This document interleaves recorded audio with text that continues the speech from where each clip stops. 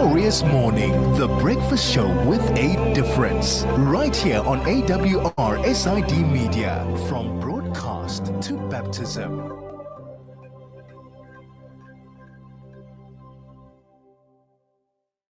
You're through to the glorious morning show only on Adventist World Radio SIDmedia. Looks like my camera is not the one. I look like I'm in some darkness. Apologies for that, but I'm hoping that I will not be the center of the focus. So just do bear with me a few minutes as we then try to have this conversation with our guests right here on Adventist World Radio SIDmedia. And we are just trying to have a chat this morning as we discuss matters of deafness awareness, right? So Deaf Awareness Week, and we are joined by members coming through from the South African National Deaf Association, which is the leading independent non-profit and public benefit national advocacy and consumer organization, registered both as a Section 21 and NPO in South Africa. So do join in welcoming our guests for this hour, who are going to be taking us through this immense, marvelous conversation where we are trying to make sense of these matters right here. So you are through to Adventist World Radio, SIDmedia, like I said, and do join us as we discuss these matters right here. Now, joining me is Dirkie Urberson, who is coming through as a content development manager, and also Lynette Victor, who is coming through as the SASL interpreter, Chief Sign Language Center Officer. Thank you so much for joining us right here on this segment. I truly appreciate you coming through. Good morning. Good morning. It's a pleasure. Thanks for having us. Wonderful stuff. Thank you so much. Now, I mean, we're talking about over 1.5 billion people worldwide experiencing some level of hearing loss. Deaf Awareness Week surely highlights the challenges that these people are facing. Maybe as we begin, what are some of those common misconceptions that people will have regarding the deaf community?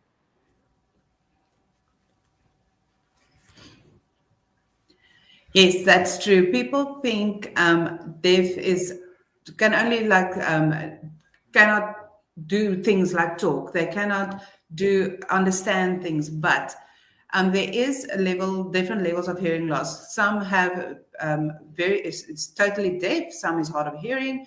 Some has just some percentage of hearing loss. But deaf can do any normal things, except they cannot hear. So people must try not to assume that they can't do many things.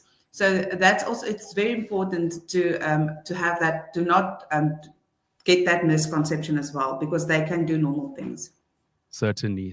And I think it's that idea that if there's a challenge, it means that there's something wrong or missing about you, but we forget we can actually speak inclusivity. And speaking about inclusivity, what does meaningful inclusion look like in our communities for people who are, like you're saying, hard of hearing, be it from total deafness to some challenges that they may be having in our schools, in our communities, in our churches? What does that look like?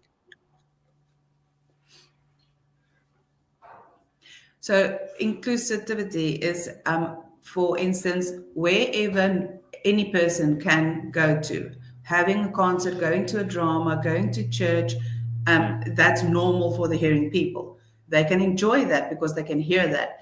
But the deaf must have equal access to that as well. They must not feel like they are left behind.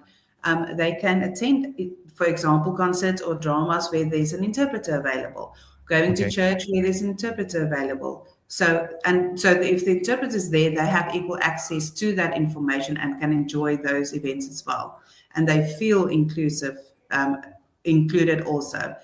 And many things, for example, when there's games being played, or for example, when you have to watch news, you have to get the same information as the hearing community. Then the deaf community can also participate in how they can make people more aware to be more inclusive.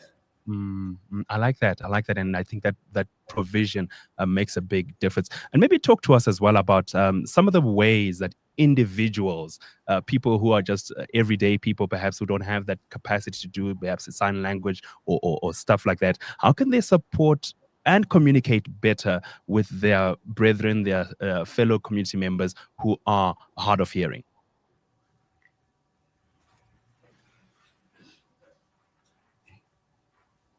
So for within the deaf community, there's various things. Deaf can communicate. Some can communicate through speech reading or lip reading if you speak Okay. slowly and more Okay. clearly. Others you can. Another way is also to read and to write pen and paper and just write for the person. Okay. And if you would like to ask something and you don't know the person is deaf, don't just, oh, sorry, never mind, and just walk away. Try to communicate with that deaf person. Yeah. Yeah. Use alternative methods, use basic sign language if you can. All So, right. because many times the deaf people will feel, oh, they don't want to speak to me. Okay, then already they feel excluded in the conversation. So, for example, when you want to use the bathroom, you can know the basic signs. Okay, where's the bathroom? Okay, you write it down, and then you can explain. You show the direction, and that helps to make the deaf community feel on the equal basis as well. There's I like different that. ways of communicating, using your hands for the sign language and using lips for speech reading, because remember, deaf people communicate in different ways as well. But is it okay to assume that every deaf person is able to read lips, or that's something that maybe they are taught as they're doing the signing as well to be able to read the lips? No, you can't assume that. Yeah. Wait, let me just think. It depends on how you grew up, where in which school you were. Did you receive speech reading lessons and so forth, or did you grow up only with sign language? But the Okay. important thing here is when you meet with a deaf person, and you start off, you start slowly, and they said, okay, no, they don't understand. And then you try to write down the message. If they don't understand that, then you say, okay, wait. And then you try, maybe you can gesture and show a bit of signs, because some logical signs like eat and drink are signs that most people will know if you try to do that. So the important thing is to try and communicate, and follow the deaf person's guide as well. Mm, okay. No, thank you so much for that. I think that's very, very important and helpful as well. Now, I want to maybe focus. I mean, we're talking Deaf Awareness Week, right? What are some of those challenges that the deaf community is facing, especially in the African context, that you are seeing that perhaps we could maybe raise awareness for and see how we can get better assistance on?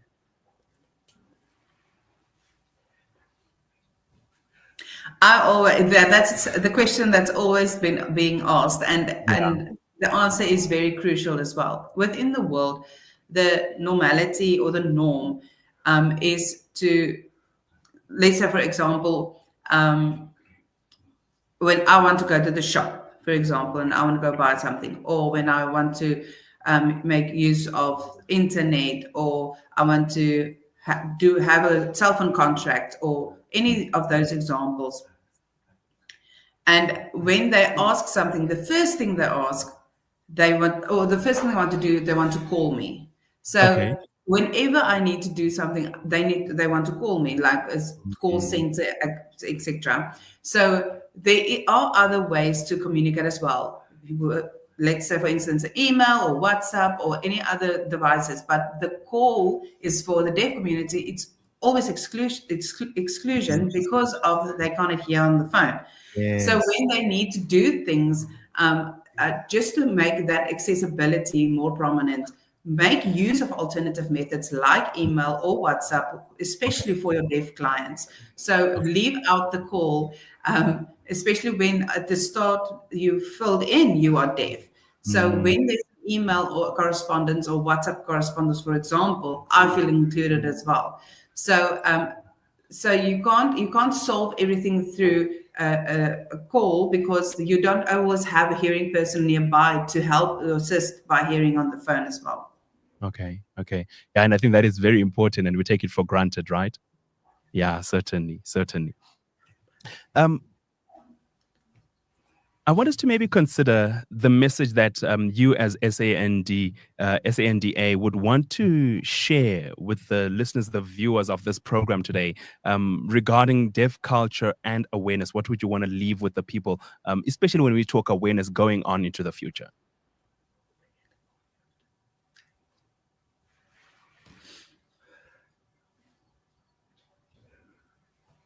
NID is very, very excited and thankful for platforms like this, for radio platforms and programs, or the TV program, or whatever platform there is, to create awareness such as this live session now. Because that means we can speak about deafness, speak about the deaf community, make the people sensitive towards what's the do's and don'ts, and you don't have to be scared for deaf people and deaf community. So that's very important. And I want to tell the people outside that even if we are deaf, that does not mean you have to shy away. You can come visit us, speak with us, talk to us, explain. We would love to explain things on how we do things. So, but if you don't ask, then we're not able to answer.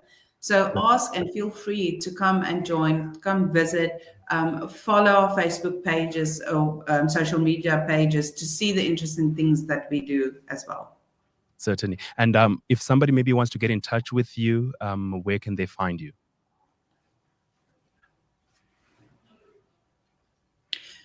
So it's www.nid.org.za. That's our website address, and all the other information is on there as well.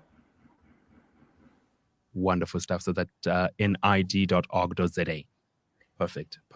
Thank you so much once again for your time. And we truly want to say we appreciate you, Lynette, Dirkie. We truly say thank you. And to the work that you guys are doing at the SANDA, may God bless you for that. Thank you so much. And also, I just want to quickly add, we also have a resource hub. So on the website, you can go to the resource hub where there's an app, it's SSL Dictionary, and an online SSL course that you can download on your phone as well. So the dictionary is very helpful as well to learn South African Sign Language. Thank you for your time. Thank you. How do I say thank you in sign?